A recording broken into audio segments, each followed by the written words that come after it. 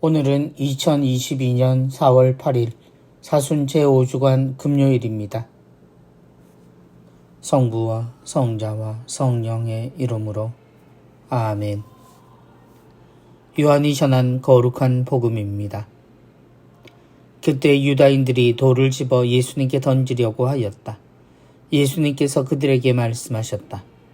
나는 아버지의 분부에 따라 너희에게 좋은 일을 많이 보여주었다. 그 가운데 어떤 일로 나에게 돌을 던지려고 하느냐? 유다인들이 예수님께 좋은 일을 하였기 때문이 아니라 하느님을 모독하였기 때문에 당신에게 돌을 던지려는 것이요. 당신은 사람이면서 하느님으로 자처하고 있어 하고 대답하자 예수님께서 그들에게 말씀하셨다. 너희 율법에 내가 이르건대 너희는 신이다 라고 기록되어 있지 않느냐? 폐기될 수 없는 성경에서 하느님의 말씀을 받은 이들을 신이라고 하였는데 아버지께서 거룩하게 하시어 이 세상에 보내신 내가 나는 하느님의 아들이다 하였다 해서 당신은 하느님을 모독하고 있소 하고 말할 수 있느냐? 내가 내 아버지의 일들을 하고 있지 않다면 나를 믿지 않아도 좋다. 그러나 내가 그 일들을 하고 있다면 나를 믿지 않더라도 그 일들은 믿어라. 그러면 아버지께서 내 안에 계시고 내가 아버지 안에 있다는 것을 너희가 깨달아 알게 될 것이다. 그러다 유다인들이 다시 예수님을 잡으려고 하였지만 예수님께서는 그들의 손을 벗어나셨다. 예수님께서는 다시 요르단강 건너편 요한이 전에 세례를 주던 곳으로 물러가시어 그곳에 머무르셨다. 그러자 많은 사람이 그분께 몰려와 서로 말하였다. 요한은 표징을 하나도 일으키지 않았지만 그가 저분에 관하여 한 말은 모두 사실이었다. 그곳에서 많은 사람이 예수님을 믿었다. 주님의 말씀입니다. 그리스도님 찬미합니다. 유다인들이 돌을 집어 예수님께 던지려고 하였다. 성주간의 시작인 성지주일부터 우리는 예수님의 십자가 사건을 복기하게 됩니다. 그때 무슨 일이 있었을까 하고 말입니다. 그리고 그때 유다인들이 그야말로 바람에 휩싸여 주님을 죽이는 일에 찬동했다고 생각하곤 합니다. 그런데 요한복음은 훨씬 전부터 예수님은 십자가의 위험 속에 계셨음을 보여줍니다. 그것은 주님의 너무 분명한 자기 확신 때문이었습니다. 어떤 일로 나에게 돌을 던지려고 하느냐?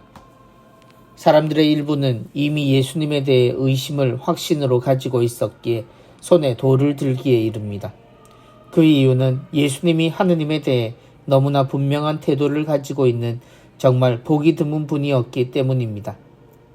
예수님의 말씀은 하느님을 전하는 예언자의 태도도 아니었고 바로 하느님과 함께 있는 사람의 모습이었습니다.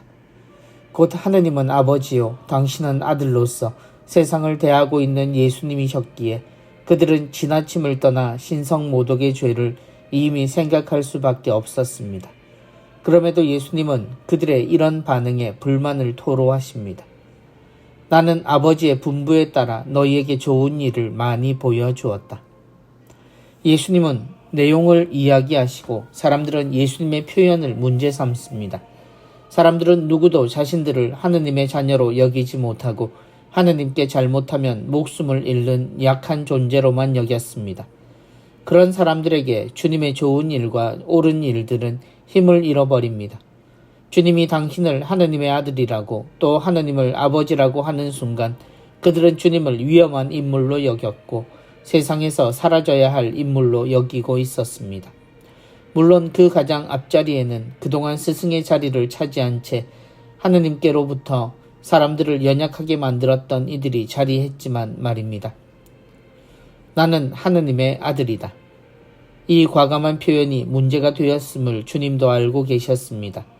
그러나 주님은 이런 이야기가 우리에게 일반적인 표현이 되길 바라셨습니다.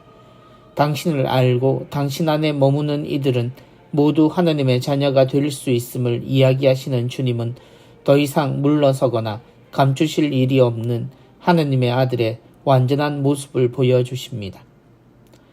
나를 믿지 않더라도 그 일들은 믿어라. 진실을 부르짖으시는 예수님의 몸부림을 함께 느껴봅시다. 이게 진짜 신앙입니다.